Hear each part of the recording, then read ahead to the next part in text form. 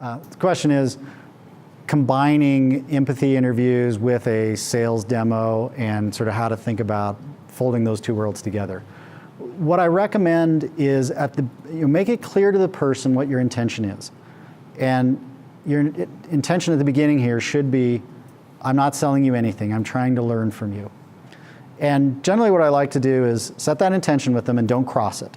So as you're doing these early interviews, create the social contract. I am here to learn about you. I'm not here to sell you anything. Because as soon as the person thinks that you're selling them something, they think, oh, well, this is pre-negotiation if I want to buy it at some point. So the blast shields go up and the person begins into this kind of preliminary negotiation stance. Now, often what can happen is if you really are onto something and you're asking these open-ended questions, people are leaning in, they're like, would you have a solution for this? Or they really get passionate about it. Then wind up, say, yeah, I'll get to that. I've got an answer for you. Let me wrap up a couple more questions because I really want to understand what's going on in your world, and then we'll shift more into what we have to offer. So create a delineation between the empathy gathering point and then the selling point. And then when you hop into selling point, like now you've got the social contract, I'm about to offer you up something or get you really excited about what we're doing, and then pop into that mode. It's partially for them, but it's also really important for you. Because as long as you mentally keep this separation that I'm not selling you right now, it's much easier to stay into the neutral part of questioning. And sometimes you need to sort of get their interest. So often too, it's like, well, do I reach out and say this is a sales call, or do I reach out and say I'm trying to learn more about you? I would encourage you to, if it's a sales call, full on, make it a sales call. If it's an empathy interview, full on, make it an empathy interview. Then, if there's an opportunity to sell, tack that on at the end. Yeah. Yeah, so the question is, if you're not getting the vibe that they're into what you're offering, should you stay away from sales mode? You can try sales mode at the very end, but please, whatever you don't, try to do it in the middle. Because if you sort of step into sales mode accidentally, and then they react negatively to that, you pretty much have lost the rest of your time with empathy. So a thing that you can do is if you're sensing they're not into what you're offering, then shift the empathy interview to describing what you're offering, and then go back into empathy interview mode. Again, really curious about why they're not into this. Because again, there's power in the outliers here. So there was one time where I was doing an empathy interview for a product we were building, and we asked a bunch of open-ended questions, and they all kind of started to line up like, okay, this person should be susceptible to what we're doing. She asked, okay, what are you guys building? What are you up to?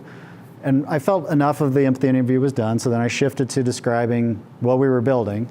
And she looked at me and she said, that is the dumbest idea I've ever heard. I was like, awesome. I mean, it hurt. And I was like, okay, check that. And I was like, awesome. Why? What about this is challenging? What don't you see value in? And I went back into empathy mode and just let this person rant about how dumb this was. And in that, they're an extreme outlier, but in that we learned a ton about one little nuance of our product that I was like, oh, I didn't even think this sort of side feature thing was utterly offensive to some people. I was like, okay, well, let's not focus on that as much. So it allowed us to tune our product a little bit. So even in hate and sort of disdain for what you're up to, you can still learn a bunch. And usually the emotions are really there, so you can really lean into those emotions. Yeah. Yeah, so when I think about B2B sales especially, Brad Fell sometimes uses the analogy that venture capitalists are like Dungeons and Dragons characters. There is no one common character. I think B2B sales is very similar, which is I'm always trying to figure out and go to market materials for B2B. Okay, what are the different characters you're going to encounter? Usually there's your advocate, the person that really wants you there. There's the person who can say yes. There's the person who can write the check. And this is the most important one in my experience to figure out, who is the saboteur? Who is the person that's lurking in the background that's going to try to undo what you're trying to do? And it can be really powerful to build empathy for each of those characters. So certainly, you're probably initially going to be interviewing your advocate because they're the easiest person to say, hey, will you come spend 20, 30 minutes with me? But I really encourage you to the extent possible, Also interview the person who can say yes, the person who can write the check. Sometimes these have to be pretty friendly organizations to get to that person. You can also do it after the fact. After you've landed a couple customers, try to figure out why in the world did they say yes? Why in the world did they write the check? And then usually the saboteur will still be, running amok even after the company has signed the deal. So you're trying to figure out who that is, what's their motivations, what's going on behind the scenes that's causing them to do that. So in B2B, in any place also in consumer, like where your user and your customer are different people, you want to understand the motivations. You want to build empathy for both sides of that.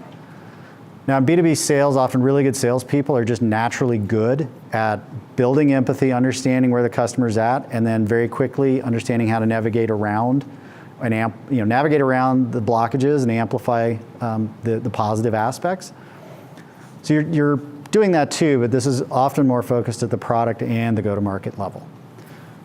So if you're thinking B2B, just realize you may not just be doing this with one Dungeons and Dragons character. You may have 4 or 5 you have to do this with. Yeah, so questions around, I've been kind of talking about global empathy.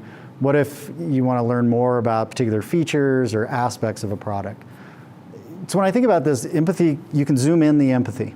So I've kind of been telling you the framework here for early stage, where you're really trying to figure out the problem. These work in the micro as well. So you can take a feature. Let's say you're adding some add-on feature into your product. Localize the questions to just the perceived need around that feature. Again, always come at it from the need or the problem or the aspiration. It's better not to come at it from the solution. So start, okay, we think this feature is most appropriately aimed at this very specific need. So let's learn about the specific need, go into empathy mode. Then you can switch into, okay, let me show you the feature. Let me understand how you're reacting to it. So then you can kind of go into show mode. But again, come back into open-ended questions. How do you react to that? What can you imagine doing with this feature?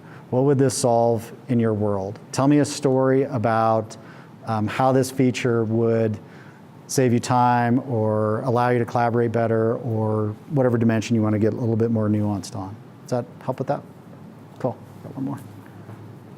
Question is around, how do we know that we're getting the helpful results from our empathy interviews?